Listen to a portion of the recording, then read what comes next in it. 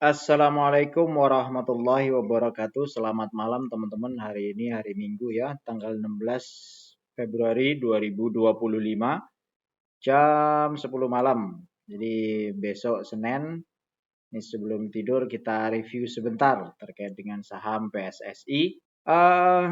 Pelita Logistik atau PSSI ini tercatat di bursa dari 2017. Fokus utamanya ini adalah penyediaan kapal untuk pengangkutan batu bara.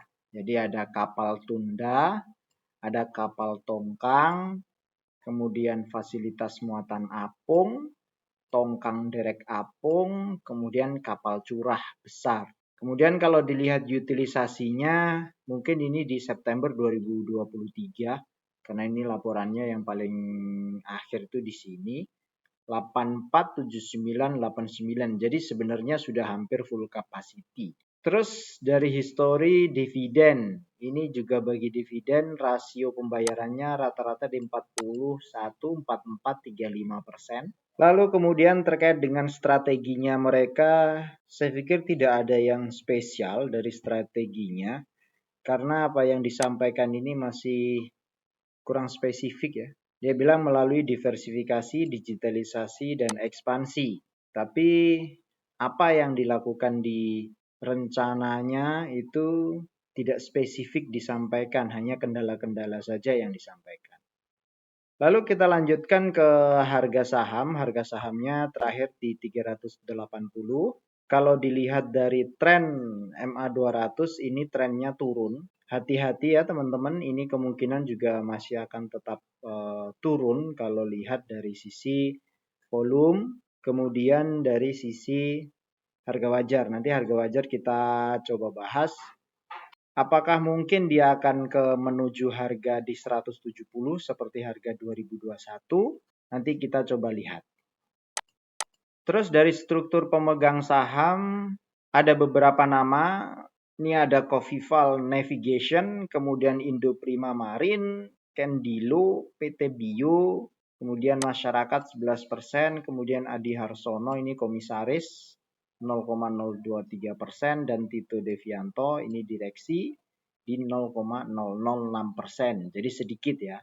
Lalu ada saham Treasury. Jadi kemungkinan dulu dia pernah buyback ini 3,3%. Jadi kalau lihat laporan terakhir di tanggal 31 Januari 2025, berarti laporan kemarin saham treasury-nya ini masih belum dilepas. Jadi masih megang sekitar 3,35%.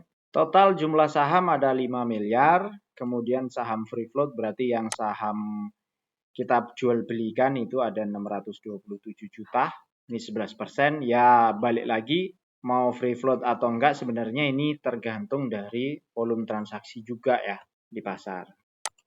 Kita lanjut ke laporan keuangan di EPS-nya di 2024 di Q3 net income-nya turun ya. Q1 82 miliar, 70 miliar, kemudian 61 miliar. Di annualize-nya juga 284, artinya turun hampir separuh lebih dibandingkan 2023. Ini saya nggak tahu ada apa di situ. Tidak ada penjelasan secara signifikan. Karena kalau dilihat revenue juga turun. Nah, apakah ini tidak mendapatkan kontrak baru dari tahun 2023 yang lalu? Ini belum ketahuan ya teman-teman. Nah, berita baiknya kalau dari sisi laporan keuangan, mereka masih punya namanya saldo laba. Itu per 30 September 2024 itu masih ada 99 juta US dollar. Karena kemarin mereka sempat membagikan dividen di tahun 2024. Kalau tidak salah itu 9 juta dolar. Itu di press release yang dirilis di tanggal 28 Oktober 2024 ya, bahwa PSSI pada bulan Agustus, ini Agustus 2024, melakukan pembayaran dividen interim sejumlah 9,4 juta dolar, mencerminkan optimisme perseroan. Nah, biasanya mereka itu nggak pernah bagi dividen interim. Karena kalau lihat historinya selalu dividennya itu tahunan. Hanya interim itu pernah dibagi di 2018. Jadi kalau tadi listingnya 2017, sebenarnya dari awal mereka ini sudah bagi dividen ya. 18, 19, 20, 21, 22, 23, 24. Mereka bagi terus. Pas di 2020 berarti ini untuk laporan keuangan 2019 mereka bagi 5. Kemudian 21-nya 8, 28, 50, 48. Jadi sebenarnya naik terus. Hanya saja di 2024 ini interim sudah pernah dibagikan di 28. Nah, kalau interimnya udah dibagikan di 28, berarti kira-kira berapa nih dividen payout rasionya? Kalau melihat memang 2020 itu 38%, 21 43%, 22 41, 23 41. Nah, kalau di 2024 tahun buku yang kemarin dia bagi juga 41%, maka kemungkinannya kecil sekali dia akan bagi dividen final yang besar. Kenapa? Karena kalau melihat earning per share tadi, sampai akhir tahun diprediksikan Rp52 per lembar saham. Jadi kalau kita masukkan Rp52 dikalikan 41%, itu dividennya harusnya Rp21 per lembar. Sehingga karena kemarin dia sudah bagi di Agustus 24, maka sebenarnya sisa dividennya itu minus. Artinya, kalau di tahun 2024 ini mereka akan bagi, payout rasionya harus lebih besar daripada seperti biasanya ya.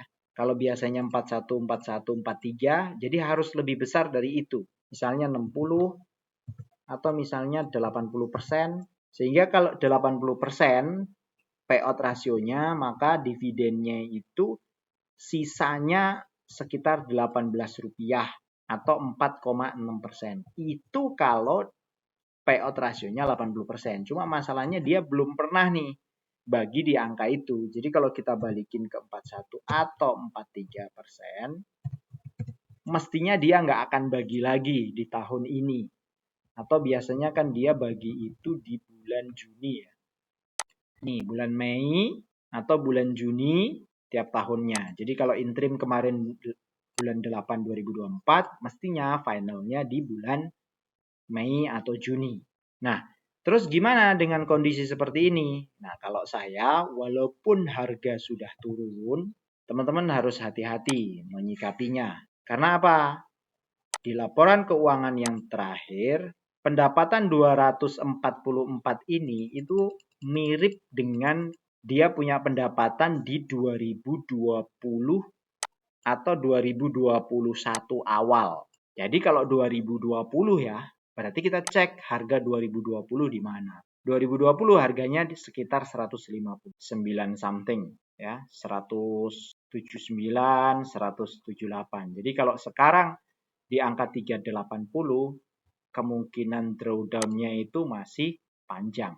Coba kita tarik ke 170 ya. Kemungkinan drawdown-nya masih mungkin ke 50%-an malah. Ini jika tidak ada gebrakan dari laporan keuangan di Q4 nanti. Ini prediksi. Ya, namanya prediksi, semua tidak pasti. Tapi terus terang, kita mesti memikirkan resikonya dulu. Mungkin Kak harga itu turun ke 170-an? Mungkin saja. Tidak ada yang nggak mungkin di pasar saham ya. Nah, yang masih bisa menjadi harapan itu adalah saldo labanya saja. Karena ketika kita lihat tahun 2023, mereka bagi dividen itu sekitar 17 juta dolar. Ini di laporan keuangannya mereka. Kemudian 2024 cash-nya yang keluar itu juga 24 juta dolar, berarti 9 juta dolar plus 15 juta dolar. Artinya kalau dia masih memiliki 99 juta dolar itu room-nya juga masih banyak. September lalu kas setara kasnya juga masih 33 juta dolar. Terus jumlah aset lancarnya itu masih 117 juta dolar. Ini mereka punya deposito 59 juta dolar ya. Jadi mungkin cash-nya didepositokan. Nah, kalau perusahaan melakukan penyimpanan asetnya based on deposito seperti ini, itu memang less agresif ya, tidak terlalu agresif. Biasanya kan kalau perusahaan-perusahaan yang agresif, mereka akan ekspansi gitu ke bisnis-bisnis lain. Kalau lagi turun, biasanya gitu. Tapi memang ini batubara mungkin juga lagi turun dan dia pun cari aman. Amannya ya dari sisi deposito. Ya nggak apa-apa. Strategi masing-masing perusahaan kan beda-beda. Terakhir untuk harga wajar di saya kira-kira di 224. Jadi kalau sekarang harganya di 380 itu masih mahal atau margin of safety-nya minus di 41. Jadi drawdown-nya masih angka kira-kira 40-an%. Sekian dari saya, semoga bermanfaat. Jangan lupa kalau mau request tulis di komen untuk review saham-saham yang lain. Dan subscribe ya, karena tadi 80% viewer saya rata-rata belum subscribe, supaya jadi penyemangat.